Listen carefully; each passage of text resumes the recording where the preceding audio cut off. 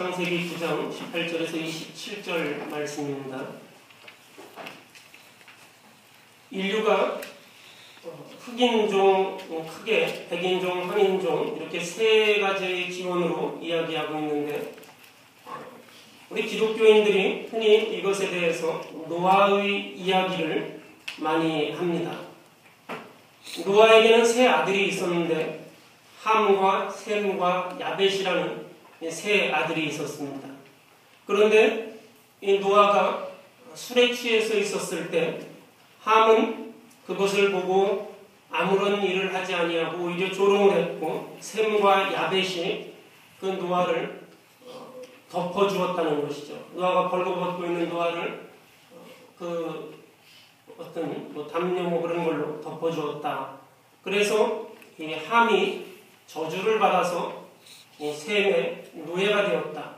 이렇게 이야기를 하죠. 그리고 나중에 야벳은 또 셈의 장막에 거하게 된다. 이렇게 말합니다. 그래서 야벳은 오늘날 동양 사람들, 그러나 이 셈은 이 유럽 사람들, 북미 사람들, 또 함은 이 아프리카 사람들. 그래서 이 백인의 노예가 되고 또 이 동양 사람들이 백인들이 이루어놓은 그 장막에 거하게 된다. 이런 이야기를 하는데 이것은 그 어렸을 적에 교회를 다녔던 분들은 한 번쯤 다 들었던 이야기인데 이것은 아마 미국 선교사들이 지어낸 그러한 이야기가 어느덧 우리 속에 각인된 가장 대표적인 이야기입니다. 이것은 성경에도 나와 있지도 않은 일이고 전혀 맞지도 않는 그런 이야기죠. 하나님께서 사람을 창조하실 때 그 사람에 맞게 창조하신 것이지 그 한 아버지 밑에서 이 새 인종이 나올 수가 없는 것이죠. 하나님께서 아담과 하와를 이 땅에 지으시고 에덴 동산에 두셨는데 이 에덴 동산에서 죄를 범한 이 사람들이 쫓겨나게 됩니다. 그리고 인간들이 점점 부패해서 하나님 보시기에 좋지 않은 그러한 삶을 살았기 때문에 하나님께서 이 인간들을 지으신 것을 후회했다. 이렇게 성경은 말하고 있습니다. 하나님께서 인간을 창조하신 것을 후회해서 그들을 심판하시기로 결심하셨다. 이렇게 표현하는데 이 표현도 하나님께 주체가 되는 것이 아니라 우리 사람이 자기의 그러한 생각이나 자기의 관점에서 이 성서의 구절이 쓰여졌다고 볼 수 있습니다. 하나님께서 인간에게 심판을 하신 것은 인간의 죄의 결과입니다. 바꾸고 말하면 하나님이 창조하신 시스템은 우리 인간이 죄를 범하면 그 죄의 대가를 우리가 받게 되어 있습니다. 우리 인간이 죄를 범하지 않으면, 우리 인간이 죄를 짓지 않으면 그 시스템 안에서 우리는 행복하고 평화롭게 살 수 있는데 죄를 지음으로 인해서 그 대가를 받게 되어 있는 것이죠. 우리가 우리의 탐욕 때문에 죄를 짓습니다. 남의 나라를 쳐들어가고 남의 땅을 빼앗고 이러한 일들을 행하는데 그것은 반드시 그 대가를 치르게 되는 것이죠. 하나님께서 인간을 심판하시기로 결심했다는 것은 인간이 지은 그 죄로 인해서 멸망에 이르게 됐다는 것입니다. 그런데 피조물을 다 심판하시고 하나님께서는 노아의 가문을 살려주기로 그리고 노아를 통해서 이 세상을 다시 일으키기로 그렇게 결심하셨다고 창세기는 그렇게 기록하고 있죠. 창세기는 많은 의미를 내포하고 있는 이야기이기 때문에 어떤 이 창세기의 구절들을 이해할 때 우리가 그대로 받아들여서 이해하기가 어려운 부분들도 있습니다. 하나님께서 노아를 선택해서 노아에게 배를 만들라고 하고 그 배에 노아하고 이 가족들과 세상의 많은 들짐승들을 다 암수 짝을 지어서 타게 하셨다는 겁니다. 이것은 하나님께서 노아라는 그 인물을 선택하신 것에 우리가 이 말씀에 초점을 둘 수 있을 겁니다. 하나님께서 노아라는 그 인물을 택하시고 그에게 세상의 모든 것을 다 맡기고 관리할 책임을 하나님께서 맡겨주셨는데, 이것을 보면서 우리는 하나님의 일은 어떤 사람이 할 수 있는가? 하나님의 일은 어떤 사람에게 맡겨주시는가? 하나님이 당신의 뜻을 세우고 당신의 계획을 이루어 가시는데 그것을 어떤 사람과 함께 할까? 이런 물음에 대한 답입니다. 성경은 노아를 가리켜서 하나님께서 인정받는 완전한 자, 이렇게 기록하고 있습니다. 하나님 앞에 인정받고 사람으로서 완전한 자. 성경 어디를 찾아보아도 완전한 자라고 표현되는 사람은 노아밖에 없습니다. 이런 완전한 노아이기 때문에 하나님으로부터 칭찬을 받게 되고 하나님께 소중한 임무를 부여받게 됩니다. 여러분들이 누군가와 함께 일을 할 때 어떻습니까? 여러분들이 옆에 계신 분들을 한번 보시기 바랍니다. 옆에 있는 집사님, 옆에 있는 친구, 한번 얼굴을 보세요. 한번 봐보세요. 옆에 있는 분들 어떻습니까? 우리가 이제 농담처럼 그런 얘기 많이 하죠. 이렇게 내가 복권을 맞으면 뭘 어떻게 하겠다, 그런 이야기를 참 많이들 하세요. 참 많이 합니다. 저한테 그런 얘기를 제일 많이 하시는 분들은 어떤 얘기냐면, 제가 목사님 복권 맞으면 내가 교회 져드릴게요. 이런 분들이잖아요. 그분들이 복권을 맞았으면 저는 지금 교회 한 1000개는 가지고 있을 텐데 한 분도 안 맞아서. 어쨌든 여러분들이 복권을 맞았다고 생각을 해보세요. 그럼 뭐 한 10밀리언 막 20밀리언 막 그렇죠. 200억 100억 되는데 복권 맞으면 뭐합니까? 그러면 다 한다는 소리가 뭐 차 사고요, 뭐 집 사고요, 뭐 그럼 차 사고 집 사고 뭐 그거 얼마 듭니까? 100억 맞았는데 차 사고 집 사야 한 10억 20억 한 80억 남는 거예요. 그럼 돈이 뭐 한 80억 남았다고 쳐요. 8밀리언, 10밀리언 남았다고 쳐보십시오. 아까 쳐다보신 옆에 있는 사람 다시 한번 보세요. 그 사람한테 80억 맡기고 싶습니까? 아까 쳐다본 옆에 있는 사람한테 80억을 딱 맡기면서 내가 집 사고 차 사고 다 이제 80억 남았는데 이 돈을 너한테 맡길 테니까 너가 이거를 잘 관리해서 나 죽을 때까지 잘 살게 좀 해달라. 이렇게 맡기고 싶은 사람이 있습니다. 아마 그럴 사람이 좀 드물 거예요. 맡기면 저 사람이 이거 가지고 도망가든지 아니면 맡기면 이거 다 그냥 써버리든지 이럴 것이다. 그렇게 생각을 할 겁니다. 못 맡겨요. 못 맡깁니다. 차라리 내가 쓰고 내가 망하는 게 낫지 그 사람한테 어떻게 그걸 맡기겠습니까? 맡길 수 있는 사람이 별로 없어요. 은행도 잘 못 믿을 지경인데 어떻게 옆에 있는 사람한테 그걸 맡기겠습니까? 뭐를 맡긴다는 것, 완벽한 사람이어야 그걸 맡기지 않습니까? 우리 학생들도 있지만 학교에서 선생님이 뭐를 이렇게 시켜요. 학생들한테.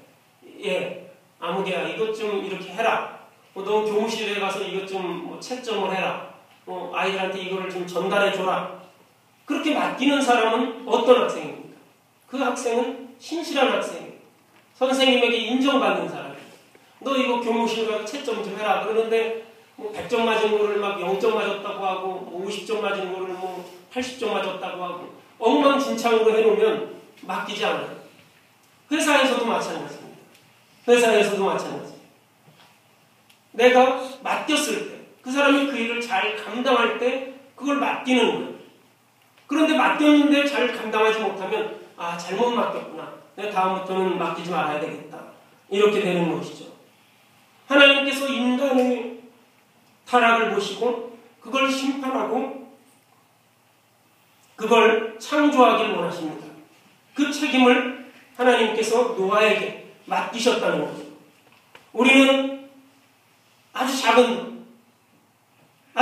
돈도 옆에 있는 사람에게 맡기기가 쉽지 않은데, 내 집도 옆에 있는 사람에게 맡기기가 쉽지 않은데, 이 지구를, 이 땅에 있는 많은 사람들을 맡긴다면 그 사람은 얼마나 신실한 사람이겠습니까? 제가 휴가를 갈 때도 어떤 목사님을 초빙해서 제가 없는 동안 이 강단에서 설교를 해주십시오 라고 말씀을 드릴 때는 아무나 그렇게 하지 않겠죠. 정말 그 사람이 목사님인지, 정말 그분이 올바르신지 생각해보고 또 다른 사람에게 물어보고 이렇게 하겠죠. 여러분들이 여러분의 사업장을 다른 사람에게 맡긴다면 어떻겠습니까? 우리 사람이 사람의 일을 하는데도 이렇게 신중하게 선택을 하는데 하나님께서 하나님의 일을 맡기는 사람은 어떤 사람이겠습니까? 노아는 하나님에게 선택받은 사람이고 그 기대에 어긋나지 않았습니다. 하나님께서 노아를 선택하셨는데 그 기대에 어긋나지 않았습니다. 우리는 선택을 받습니다. 우리는 선택을 받아요. 선택을 받지 않는 사람은 아무도 없습니다. 우리가 이제 점점 선택받을 일이 어렸을 때보다 나이가 자라면서 점점 선택받을 일이 많아지죠. 우리 학생들도 학교를 졸업하고 회사에 들어가려고 할 때 선택을 받게 됩니다. 선택을 받게 돼요. 어떤 사람을 선택해야 우리 회사가 좀 더 좋아질까? 또 내가 비즈니스를 할 때 선택을 하게 됩니다. 그런데 그 선택을 했는데 잘못 선택하는 경우도 있어요. 이 사람 학교 성적이 참 좋으니까 이 사람을 우리 회사에 뽑으면 아주 좋겠구나 생각을 해서 뽑았는데 전혀 좋지 않은 그러한 경우가 있을 수 있습니다. 이거 잘못됐구나. 이랬을 수 있습니다. 내 집에 와서 나를 도와달라고 뽑았는데 절대로 도움이 안 되는 그러한 경우도 있습니다.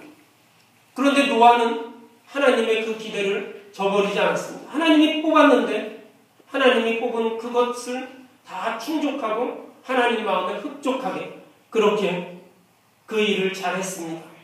커다란 배를 만들었고 그 배에 많은 짐승들, 식물들 배에 다 실었고 그 배에서 수십일 동안 빗속에서 견뎠고 마침내 물이 빠진 이 새 땅에 정착을 하게 됩니다. 이렇게 될 동안 노아가 얼마나 철저하게 준비를 하고 하나님의 말씀을 믿고 사람들은 홍수가 나서 멸망할 거라고 하는데 이런 좋은 날씨에 무슨 홍수가 나는가? 이런 지형에 무슨 홍수가 나는가? 그러면서 그들은 먹고 즐기고 자기의 생활을 영위할 때 노아는 수년 동안 하나님이 말씀하신 그 임무를 수행하기 위해서 땀 흘리며 수고하고 노력했다는 것입니다. 하나님께 맡겨주신 사명을 감당할 수 있는 사람이 바로 노아와 같이 구원에 이를 수 있는 그러한 사람입니다. 우리 사람의 능력이라는 것, 이것이 굉장히 놀랍기도 하지만 또 그것이 별게 아닙니다. 제가 아이가 둘이 있는데 이 아이들 둘이 다 돌 되기 전에 기저귀를 뗐어요. 굉장히 자랑스럽지 않습니까? 돌 되기 전에 기저귀를 뗐어요. 1학년 때 한글을 썼습니다. 안 자랑스러운 것 같아요. 굉장히 자랑스럽지 않습니까? 근데 그래서 그때 아이 또래 엄마들하고 이렇게 모이면 얘는 어떻게 지금 이제 돌 됐는데 기저귀를 뗐어요. 얘는 어떻게 한글 학교를 맨날 다닙니까? 어떻게 1학년인데 한글을 읽을 수 있죠? 어떻게 씁니까? 이런 얘기를 했어요. 그럼 기분이 되게 좋은 거예요, 제가. 지금 저희 아이가 12학년이고 대학교 1학년인데 대학교 1학년인 애가 자기 친구들하고 나는 1살 때 기저귀를 뗐어. 그럼 옆에 있는 애가 나는 2살 때 뗐는데 넌 진짜 훌륭하다. 너 진짜 머리가 좋은가 보다. 그런 얘기 안 해요. 아무 의미가 없습니다. 100일에 기저귀를 뗐든 태어나자마자 기저귀를 뗐든 10살에 기저귀를 뗐든 지금은 아무 의미가 없어요. 그런 이야기를 하면은 저게 미쳤나? 이런 이야기를 할 거예요. 지금은 아무 의미가 없습니다. 1살에 한글을 뗐건 영어를 뗐건 지금은 아무 의미가 없어요. 지금은 다 할 수 있기 때문에 다른 친구들도 다 영어 쓰고 다 한글 쓰고 다 하기 때문에 지금은 아무 의미가 없습니다. 사람의 기준이라는 것은 그 상황에 따라서 그 시기에 따라서 틀려지는 무슨 뭐 명품백, 뭐 명품 옷, 막 이런 거 입고 막 자랑하죠. 근데 막 우리가 만약에 뭐 한국 전쟁 같은 그런 전쟁이 일어났다고 생각을 해보세요. 전쟁이 일어나가지고 지금 먹을 주먹밥 하나가 없는데 뭐 명품백이 무슨 소용이 있고 명품 옷이 무슨 소용이 있습니까? 아, 내가 이 양복이 내가 진짜 지금 10,000,000원짜리 양복인데 그게 무슨 소용이 있어요? 산에서 지금 막 도망다니면서 칡뿌리라도 캐먹어야 되는데 1,000,000원짜리 아니라 1억짜리 양복을 입고 있어도 무슨 소용이 있습니까? 사람의 기준이라는 것은 그 상황이라든지 그 시간이라든지 이것이 지나면 아무 소용이 없어지는 거예요. 우리가 생각을 해요. 어떤 사람들이 생각을 하죠. 내가 저 사람과 경쟁이 있는데 내가 내 아들이 잘 돼야 되는데 내가 저 사람보다 돈을 더 많이 벌어야 되는데 뭐 그게 무슨 소용이 있습니까? 오늘 아침에 제가 인터넷을 보니까 한국의 그 여배우 김자옥 씨, 굉장히 유명한 김자옥 씨, 사랑의 교회 권사님이신데 믿음 생활도 아주 잘하시고 63세인데 이제 암으로 돌아가셨다는 그 기사가 떴더라고요. 그러면 뭐 내가 정말 내 자식을 잘 키우고 내가 돈이 많고 뭐 이러는데 일찍 죽으면 또 그게 무슨 소용이 있습니까? 내가 사람들 앞에 평가받는 것은 그때 순간마다 틀려지는 거예요. 학생은 학생 때 내가 시험에서 100점 맞았으면은 굉장히 내가 다른 애들보다 좀 내가 잘하는구나 이렇게 생각을 하지만 한 10년 지나면 아무 소용이 없는 거예요. 100점 맞은 게 무슨 소용이 있고 90점 맞은 게 무슨 소용이 있습니까? 우리가 하나님 앞에 내가 어떻게 평가되는가 우리는 이것을 늘 생각하면서 살아야 합니다. 하나님 앞에 나는 무엇으로 평가받을 수 있을까? 여러분이 하나님 앞에 섰을 때 하나님께서 여러분을 어떻게 평가하실 거라고 생각하십니까? 우리는 사람을 보면서 저 사람이 돈이 많은가? 그럼 돈이 많으면 좀 좋은 사람이네. 저 사람이 좀 공부를 많이 했나? 뭐 저 사람이 성격이 좋은가? 뭐 여러 가지로 우리가 평가를 하죠. 기준들이 있습니다. 나는 사람을 볼 때 얼굴을 본다. 저 사람이 잘생긴 사람이면 성격도 괜찮다고 생각을 한다. 나는 사람을 볼 때 돈을 본다. 나는 사람을 볼 때 그 사람의 성품을 본다. 이런 기준들이 다 있어요. 하나님은 나를 볼 때 무엇으로 평가하시는다고 그렇게 생각하시나요? 하나님은 나를 무엇으로 평가하시겠습니까? 하나님은 우리를 볼 때 평가하시는 것들이 있어요. 그것은 바로 예수님도 말씀해 주시지만 나를 얼마나 사랑하는가요? 내가 나를 사랑하느냐? 예수님이 십자가에 달리시기 전에 제자들에게 묻습니다. 내가 나를 사랑하느냐? 하나님이 나를 평가하시는 것은 어떤 돈이나 어떤 지혜나 명예나 권력이나 내가 이 땅에서 얼마나 많은 일을 했는가 이런 것들이 아니라 내가 나를 진정으로 사랑했는가? 내가 나를 얼마나 사랑했는가? 우리 이 말씀을 보면서 노아를 우리가 생각해 볼 수 있습니다. 하나님께 인정을 받아서 온 인류의 구원 사역을 감당했던 이 노아, 의인이고 당세에 있어서 완전한 자라는 그러한 칭송을 들었던 이 노아인데 그런 칭송을 들었던 이 노아도 나이가 지나고 나니까 변해가기 시작하는 거죠. 술에 취해서 벌거벗고 잠이 드는 그러한 추태를 보이게 된 겁니다. 세월이 그를 그렇게 만듭니다. 세월이 그를 갉아먹었나 봅니다. 평안함이 그를 그렇게 만드는 것 같습니다. 거기에다가 성경 오늘 말씀을 보면 잠에 깨어서는 자기 모습을 이야기한 아들에게 저주까지 퍼붓습니다. 자기가 잘못해놓고 자기 그 모습을 우리 아버지가 벌거벗고 저렇게 자고 있다라고 말한 그 아들에게 저주까지 퍼붓는 것이죠. 이런 저주를 하나님이 들어주시겠습니까? 이러한 노아의 모습이 우리 인간의 모습입니다.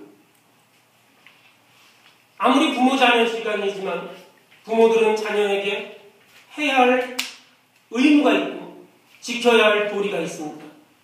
화가 난다고 자녀에게 저주를 퍼부을 수 있겠습니까? 노아의 행동이 온전한 행동이라고 보십니까? 우리도 때로는 자녀에게 하나의 온전한 형체로 대하지 아니하고 어떤 도구나 화풀이 대상으로 생각하기도 합니다. 자녀에게 화를 내면서 저주하기도 합니다. 또 자녀는 나이든 부모를 버리거나 유기하거나 이런 일들이 생겨납니다. 심지어는 자녀가 부모를 살해하기까지도 합니다. 우리는 늘 내 자신을 경계하고 다스리지 않으면 내가 하나님 앞에 섰을 때 하나님은 나를 어떤 기준으로 심판하실까? 하나님은 나를 어떤 기준으로 평가하실까? 이것을 우리가 늘 생각하며 내 자신을 경계하고 다스리지 않으면 노아처럼 완벽한 사람일지라도 노아와 같이 금세 엉망이 되어버립니다. 세월이 지나면서 환경이 바뀌면서 바로 그렇게 되어버리고 맙니다. 하물며 노아 같은 사람도 그런데 노아처럼 완벽한 사람도 환경이 바뀌니까 시대가 바뀌니까 이런 모습을 보이는데 우리는 어떻겠습니까? 우리가 노아와 같이 망가지지 말라는 그러한 법이 없지 않습니까? 술에 취해서 옷을 벗고 잠이 든 노아와 같이 흐트러지면 그것으로 그 인생은 다하게 됩니다. 그 업적 많고 그 명색했고 완전했던 이 노아의 이야기는 이렇게 끝을 냈습니다. 술을 마시고 흐트러지고 자녀에게 저주를 퍼붓는 모습이 노아의 이 땅에서 마지막 모습입니다. 이것은 우리에게 많은 것을 시사해 줍니다. 우리가 완전하지 못하지만 노아와 같이 하나님과 사람 앞에 완전한 이가 되도록 늘 내 자신을 경계하고 돌아볼 수 있어야 합니다. 행동 하나하나 말 하나하나도 조심스럽고 또 사랑을 가지고 대해야 합니다. 하나님의 기준을 늘 생각해야 합니다. 하나님은 우리에게 재물을 보시지 않습니다. 하나님은 우리의 열심을 보지 않습니다. 하나님이 보시는 것은 내가 나를 사랑하느냐입니다. 내가 나를 사랑하느냐. 하나님을 사랑하는 이것을 생각하면 우리의 삶은 얼마나 풍요로워지는지 모릅니다. 내가 하나님을 사랑하는가를 늘 생각한다면 우리는 우리의 이웃도 사랑할 수 있습니다. 우리의 자연도 사랑할 수 있습니다. 우리 건물도 아낄 수 있습니다. 우리가 열심히 일해서 돈을 벌어서 내 집을 마련했다고 하면 얼마나 그 집을 소중하게 가꾸겠습니까? 근데 남의 집은 어떻습니까? 남의 집은 그냥 대충 문 쾅쾅 열고 들어가고 그냥 부서뜨리고 망가뜨리고 이래도 아무렇지도 않죠. 하나님을 진심으로 사랑하는 사람은, 하나님을 진심으로 사랑하는 성도는 자연을 아낄 수 있습니다. 이웃을 사랑할 수 있습니다. 이 세상 모든 것을 다 소중히 여길 수 있습니다. 남을 함부로 해치지 않습니다. 나의 만족을 위해서 다른 사람을 아프게 하지 않습니다. 그것이 하나님을 사랑하는 사람입니다. 그래서 하나님께서 물어보십니다. 내가 나를 사랑하느냐? 우리가 하나님을 사랑하는 마음을 가지고 우리의 삶에 있어서 늘 긴장감을 가지고 있어야 합니다. 우리 집에서도 부모라도 자녀에게 늘 긴장감을 가지고 하나님을 사랑하는 그 마음을 잊지 않고 자녀를 사랑하고 존중할 수 있어야 합니다. 우리 교회에서도 또 세상에서도 일터에서도 마찬가지입니다. 나보다 가진 것이 없다고 해서, 나보다 지위가 낮다고 해서, 나보다 모든 면에서 부족하다고 해서 그 사람을 막 대해서는 안 됩니다. 존중하고 사랑할 수 있어야 합니다. 왜냐하면 그 사람도 하나님의 것이기 때문에 그렇습니다. 하나님이 사랑하는 피조물이기 때문에 내가 당연히 사랑해야 되지 않습니까? 나보다 힘이 없다고, 나보다 약하다고 그를 핍박하거나 무시한다면 그것은 하나님의 섭리를 거스리는 것이고 하나님의 것을 소중히 여기지 않는 것입니다. 내가 사랑한다면 내 마음이 새롭게 변화되어요. 사랑하는 이 앞에서는 내가 새로운 모습으로 거듭나야 합니다. 사랑하는 것은 소중히 해야 합니다. 하나님을 사랑한다면 하나님의 것을 우리는 소중히 사용해야 하고 또 소중하게 다루어야 합니다.